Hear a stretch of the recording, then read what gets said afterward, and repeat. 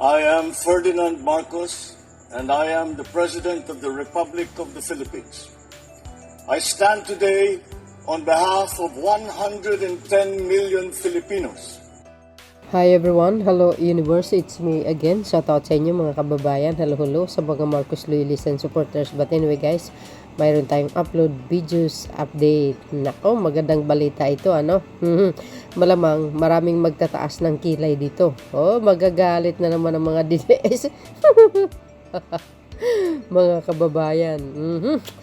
And of course, shout out sa mga Marcos loyalists and supporters, Filipinos and OFW. Hello po. Ayan. But anyway, alam nyo si First Lady Lisa, hindi lang isang abogado, ay very mabait ito. Mapagkawanggawa, ika nga, no, sa kapwa. Lalo na po yung love for all niya. Talaga naman, tingnan nyo kung gaano siya kalapit, no. Walang kaike-eke ito guys, no. Kumbaga, walang kimi-kimi sa sarili, no. Hindi niya tinitingnan kung yung kaharap niya ba madungis or mahirap, you know, mayaman. Basta ang importante sa kanya yung pakikitungo niya ba, no? Dahil alam po natin galing ito sa prominenteng pamilya, no? At pag nakita mo yan sa Love for All, lahat yan hinahag niya, no?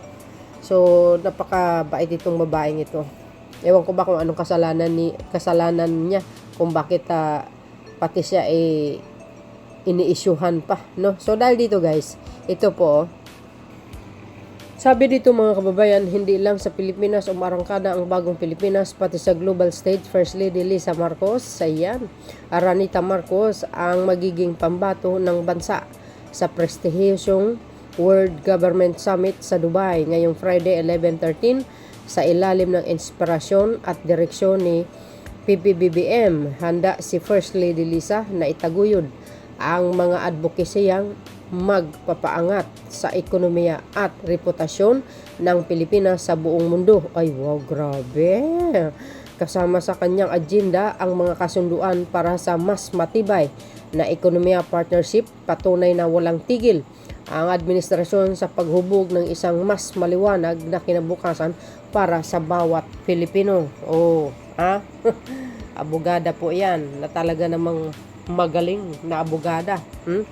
Kaya kung makita nyo pag nag-speech yan, simple lang pero malaman yan mga kababayan. Very classy ang galaw nito. Alam nyo, naiisipan ko, what if, no, tatakbo ito sa pagkapangulo? Alam nyo, agree ako. Susuportahan ko. Pwede. Mayroon po siyang potential magiging pangulo ng Pilipinas, tapos si Speaker Martin ang magiging vice presidente. Ay wow, grabe. Tapos pagkatapos ng eleksyon na naman, after ng 6 years, si Speaker ang tatakbo sa pagkapangulo. Oh my goodness. Pagkatapos ng 6 years ni Speaker, tama-tama si Congressman Sandro, mga kababayan. Nako, matanda na tayo noon. But anyway, so dahil dito guys, subaybayan natin ito mga kababayan. Alam ko kayang-kaya niya ito, 'di ba? Pag kaya mo talaga, no, humarap sa international summit, mga forum na 'yan, magsasalita ka. So ibig sabihin, kayang-kaya mo pamumunuin ang isang bansa, mga kababayan. Hindi, real talk tayo. Nakikita ko rin sa babae na ito na may potential siya pagtatakbo sa pagkapangulo. Bakit kanyo? Kumpiyansa ako guys kasi nasa likuran niya ang Pangulo. Kayo naman talagang si Pangulo ang magmamando dyan. Ay nako, the best guys kung siya ang tatakbo. Tapos Vice President niya si Speaker. Maraming gagalit ito. Remember guys sinasabi ni Sara Duterte sa social media, plano niya tatakbo sa 2028. Pag ito kaharap niya, makalaban niya si First Lady, goes.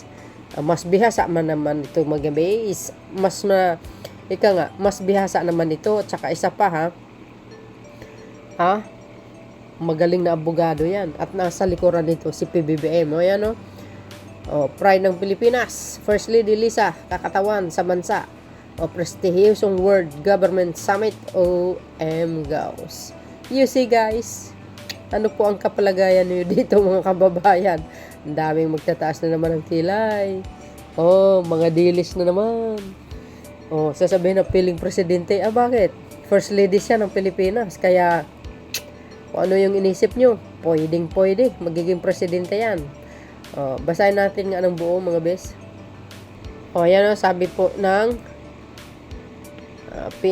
PNA, First Lady to represent PH at World Government Summit in Dubai. Oh, January 31, 2025. Si Pangulong Marcos Jr. guys, marami siyang aasikasuhin siguro dito. No, ayaw niya iwanan ng bansa. Baka agawin ni Piatos. Ayan, PH representative, First Lady Lisa Marcos. Aranita Marcos deliver her welcome remarks at the International Conference on Women, Peace, Security 2024 at the Philippines International Convention Center in Pasay City on October 28, 2024. The Presidential Communication on Office Friday, January 31, 2025 announced that she will represent the Philippines at the World Government Summit. Wow, that will be held in Dubai, United Arab Emirates on February 11 to 13. Oh my goodness. Oh, kasama ang mga Philippine delegation. Natural.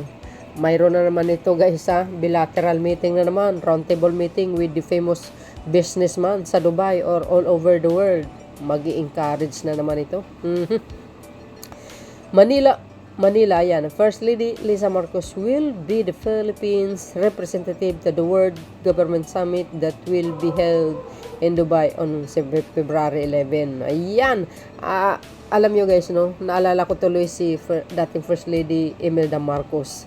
Ganito mga kababayan.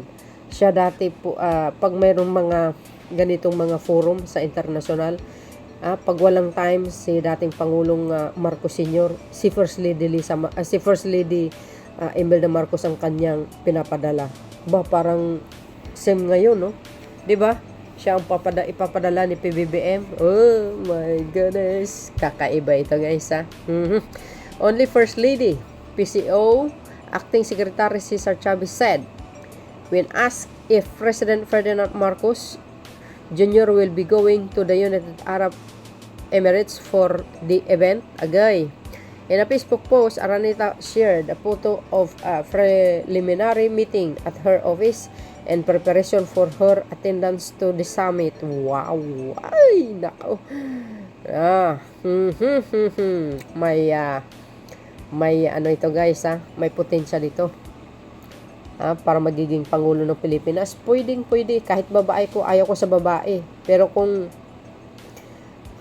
kaya ko sasabihin ngayon na pwede siya magiging Pangulo kahit babae siya, tiwala ako mga kababae. Bakit? Nandyan si Pangulong Marcos Jr. Gagabayin niya yan. Kaya tiwala ako. Pero pag wala si Pangulong Marcos Jr., ay naku, wag na lang siya tatakbo guys. Ako, 100% malakas ang ano ko.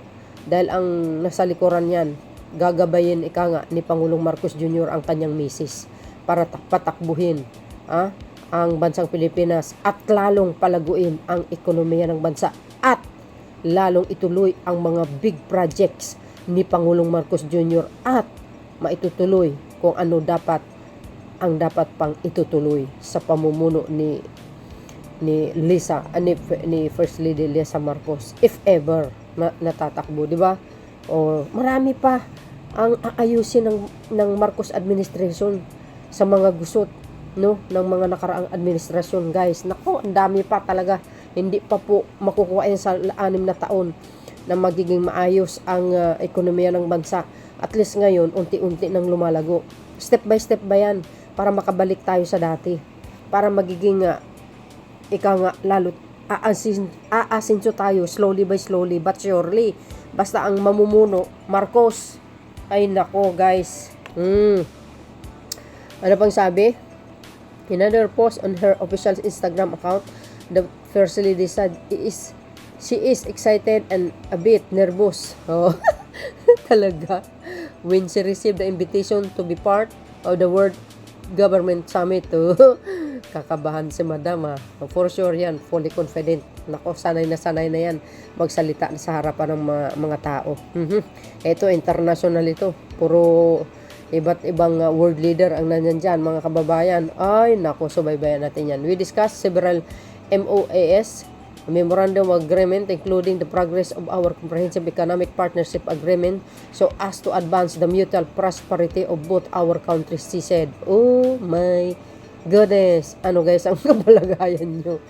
Wow, kakaiba ito guys. This year World Government Summit carries the theme Shaping Future Government. The summit will bring together government international organization through two thought leaders and private sectors leaders worldwide to foster international cooperation and identify innovative solution for future challenges. Tama? Grabe, no? Ultimately inspiring and empowering the next generation of governments. The program will focus on shaping a better future. Oh, di ba guys? Humanity, and will highlight 6 main thematic conversation. Ba? Matindi ito. The thematic conversation is include effective governance and accountability, financing, the future in the global economy, climate crisis, mitigation and resilience cities, human-centric future and capacity building, global health, transformation, and emerging frontiers in the future. Wow, social mga bis. Ano po ang kapalagayan nyo? Kayang-kaya ni First Lady yan. Siya na ang kumuha sa trono ni dating First Lady Imelda Marcos. Pag walang time si Apolacay, siya po ang ipinapadala. Itong maganda, 'di ba? Mga bes, at least in that way, no? Talagang mahahasa siya talaga. So do you think guys, talagang hinahasa din si First Lady Lisa Marcos at saka si Speaker Martin? Posible. Oh, yan ay kaisipan ko lamang. Oh, di ba guys? Alam mo, magandang babae ito nung kabataan niya. Sa totoo lang. Kaya na-inlove si Pangulong Marcos Jr. So yun mga bes. So yun mga bes, ang aking pinaka-latest updates video sa inyo. Well. Maganda yan guys, At magaling din ito magsalita, no? At very fully confident ito pag nagsalita si First Lady guys. Walang itok-itok ito, diretso. Kahit may binabasa, no problem. Ang importante, mai-deliver mo ng fully confident yung speech mo. At kasi lagi nakangiti ito, no? Maganda ang pakikitungo niya, mga kababayan. Tsaka bihasa na rin sa politika. Siyempre, napaligiran siya ng politician mister niya politician, kaya bihasa siya. Alam na alam niya, lalo't pa abogado. The best yan. So yun guys, ang aking pinaka-latest update sa video. See you again on my next upload video. Bye and babush. God bless Philippines.